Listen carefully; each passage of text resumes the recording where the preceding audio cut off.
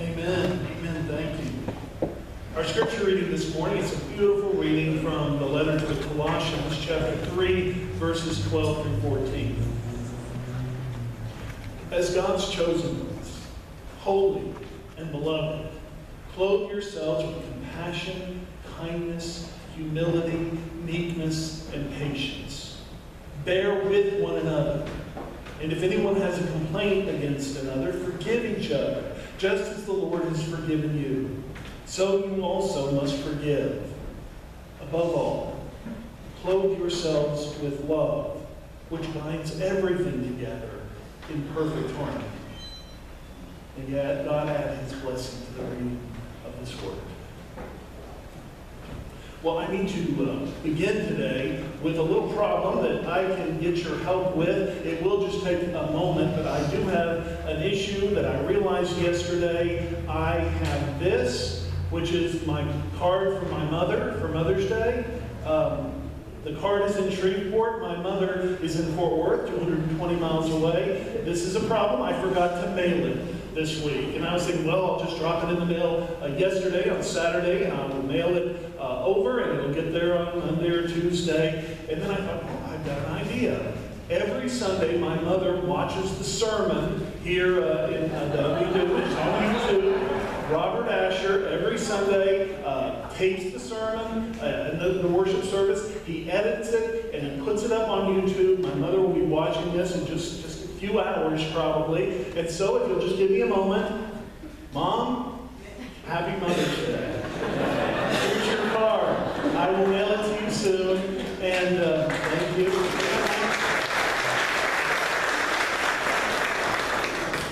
And Mom, I probably can't do this again next month, so tell Dad for Father's Day I love him too. Well, thank you. That will be a big help, and it makes me feel so much better because, that, of course, our parents are so important in our lives. They're such key and important relationships. They can make such a difference in our lives for the better and also for the worse for some people and with some parents. Our relationship with our parents is so important. As is, if we have children, our relationship with our children. If we have siblings, our relationship with our siblings. And certainly our friendships. The people we choose to have in our lives. Friendships, long-term friendships, close friendships, they can make all the difference in our lives. They can bring us such joy. And so today let's look at and think about what it takes and some tools we can use to strengthen our relationships. Make them strong so that they will last the test of time. To make them strong so that they bring even more joy into our lives and into the lives of all of those that are within our circle. What can we do and what do we need to do in order to make our relationships strong and have relationships that matter? Well, one thing we have to do with our relationships in order for them to be strong is to have acceptance for one another. We need to accept our differences. Now, this is true in all relationships where you get along with folks, but especially in our closest relationships. And it is important because we are all so different from one another. We have different gifts, different talents, different things that are strange about us, that are unusual, that are unique, different things that get on our nerves. All of these different about each and every one of us. And it's not just true of those who are out in the world, it's even true of siblings. And anyone who's got a number of different children in the family know this, that one sibling can be born and just have a smile on their face from the day they are born, all through their young life, and then probably all through the rest of their life as well. That's the kind of person they are. They are a smiley kind of person. And then there's another child who we love just as much, but they seem from birth to be aware of the difficulties of this world, and they carry a little sadness on their brow all the time. And we love them just as much, but they are so different.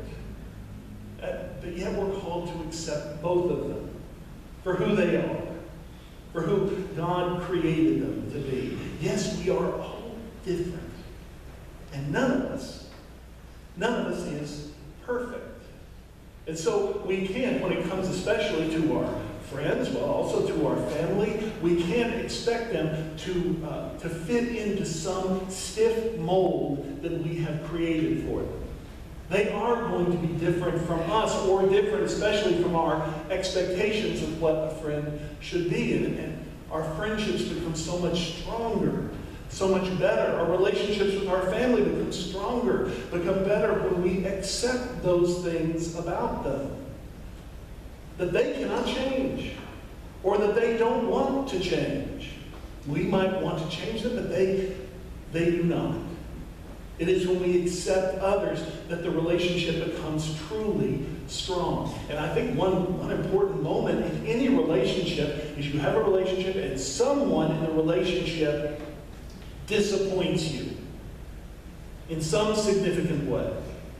Disappoints you, does perhaps something wrong, something hurtful, perhaps just something you didn't expect them to do that you didn't think they would do. And it hurts. It hurts you. And at that moment, it is up to you to decide, am I going to what? Forgive. Am I going to accept this person back despite what they have done? Am I going to continue in this relationship? Am I going to continue putting my energy into it? Is this something I want to do? And of course, when we do that, when we accept that person, when we forgive that person, the relationship becomes even stronger. It's like getting the disease and building up those antibodies to it. And then suddenly you can't get that same disease again because you've had it already. This is a way you're stronger from what you experience. This is a way our relationships are stronger. And that's one reason Jesus spoke so often of forgiveness. It's absolutely required in any relationship. And I love the fact that when the man came to Jesus asking how many times he should forgive this other person, it was his brother. His sibling. How many times should I forgive him? 7 times? No, Jesus says 7 times, 70 times. Jesus was telling us forgiveness and some sort of acceptance is such an important part of a strong relationship.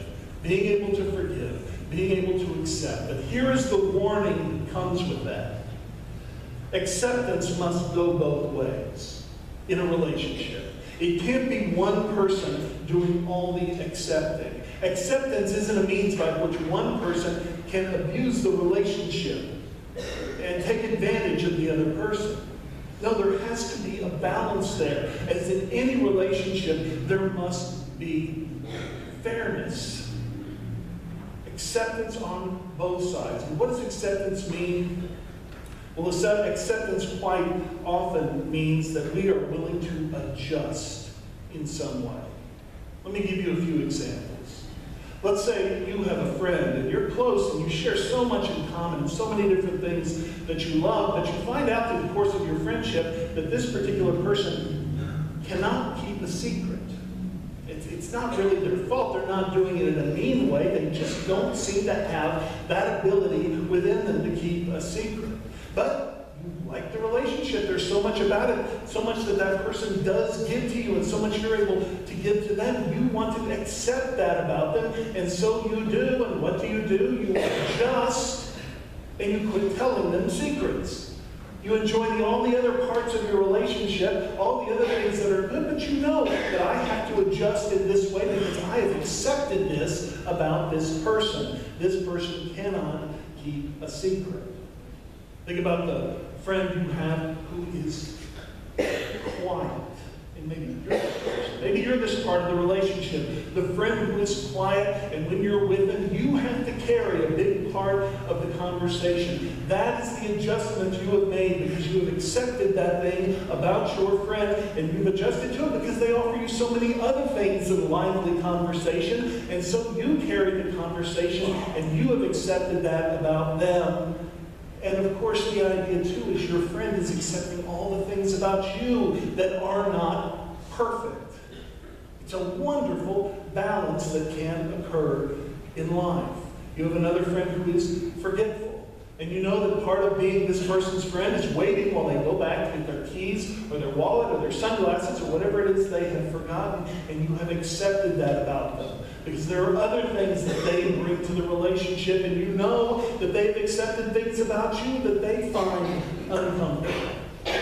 This acceptance, it's amazing. And actually, we see it in Jesus' life, in his ministry. He had such a varied group of disciples. Some were wild radicals, and some were great leaders, and some were quiet encouragers, all different in their way. And Jesus didn't expect them to all change and to become the same person. No, the way Jesus, the great physician, ministered to them was bringing out each of them these gifts, bringing out what was best about each of them, helping them to see that and helping those things to grow. And there is a great thing we can do in our relationships, to see what is best in others, to accept it along with the bad, to bring that out, to make it even greater, make it even better. I think our best friendships do that for us as well. So there's one thing that we can do, one tool we can use, and it is the tool of acceptance. It is so sad when two friends who agree about 98% of everything in their friendship, because of the 2% they don't agree about. They can't accept that 2%. And so the friendship dissolves. Friendships, strong friendships, require forgiveness and require acceptance, but it requires it on both sides, so that neither is taking advantage. Well, here's another thing that good relationships require, and I think it's something we may take for granted, is that the idea and the goal of relationships is, for lack of a better word, happiness. The goal of our relationships is to fulfill our needs and to make ourselves happy, and then we do the same for other people. That is the goal, and here is the key to this. If the goal is happiness, then it takes hard work to achieve that happiness. It doesn't just happen. Strong relationships, happy relationships don't just happen any more than clean houses just happen. You may walk into somebody's house and look around. You've never walked around if you saw a clean house and say, "Wow, you're so lucky to have found a clean house. How did you get really lucked into this clean house? I think my house is not clean. I wish I had found a clean house like you had." Of course not. Clean houses, we know, require someone there to clean them. Someone there to make them into what they are. And so do relationships. Strong relationships with two accepting people in them also requires very hard work. And we know this is important, this idea of again, it's not a great word, happiness. It's much more than happiness. In fact, when Jesus was preaching his Sermon on the Mount, he was talking about the Beatitudes there at the beginning. And he said, "Blessed are the meek, blessed are the poor in spirit, blessed are the peacemakers." That word blessed is hard to define as well. You could define it also as happy. Happy are the meek. Happy are the peacemakers.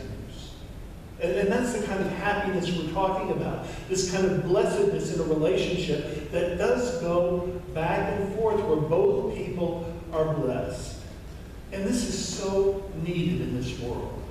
Because how often do we face, each of us, face some difficult moment, face some hard time. Maybe it's at work or out in the world or with some other relationship. Who knows what it could be? But some difficulty. And then where do we go? We go back to our relationships. We go to our family. We go to our home and to our friends. And we touch base with them, with the people we know who love us. And what comfort that brings us to know that there are people who care.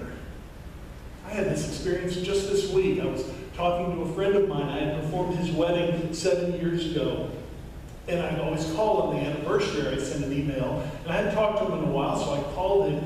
And he said, "Oh, David, you should come up and come to our lake house, and I'll invite all our friends down, and we'll all get together." And I said, "Oh, that'd be great." And he said, "Well, send me the dates you're available."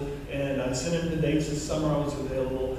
And within 12 hours, everyone had responded and said, "Yeah, we'll go. Yeah, we'd love to go see David. We'll be there." I can't tell you what a warm feeling that gave me, just to know that there are people in this world who know me so well and still want to be with me. What a great feeling that is. That's something we all deserve. With friends, with family, people who know us well, who know us, and still look forward to being with us, whether it's at home every night, or whether it's at a lunch every month, or however it is that we get together with those that we love. It's a great comfort to us, and we need it in this world. Adults need it, and so do children.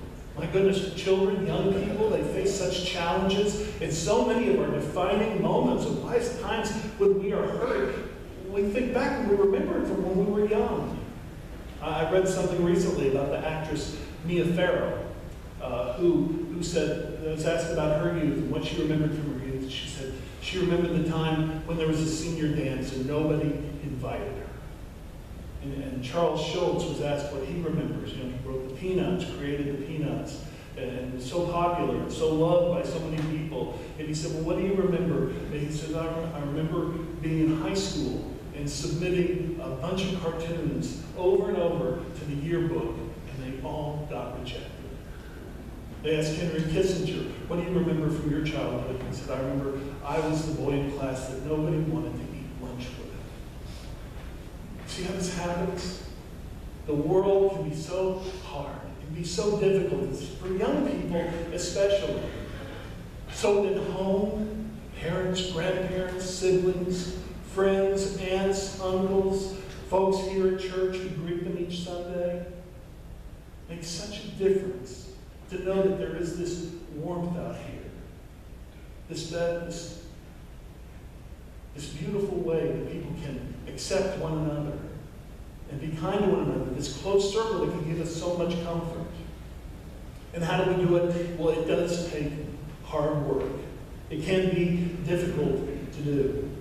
There are lots of difficulties that can emerge along the way. And of course, it does take very hard work. In fact, some psychologists have noted that when they are talking to couples that are having difficulty, and this is interesting, I think, that talking to couples that are having difficulties, and they ask, well, what's the problem? Whose fault is it? And the couple will say, the one will say it's his fault, and the other will say it's her fault. And the interesting thing is that when they talk to couples who are happy, who have found this happiness in their relationship, and they say, well, who's responsible for this? Who did this? And inevitably, she will say, oh, well, he's absolutely responsible for the happiness. And then he will say, no, she is. You see, it takes such hard work. It takes such almost wanting to outdo each other in love.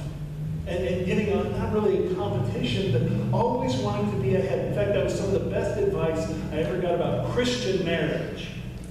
Christian marriage, being a Christian is wanting to do more for this world than we receive.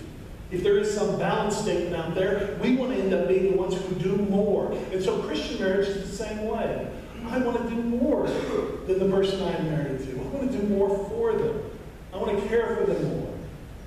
And that works, again, only works when there's that balance and the other person is doing the same.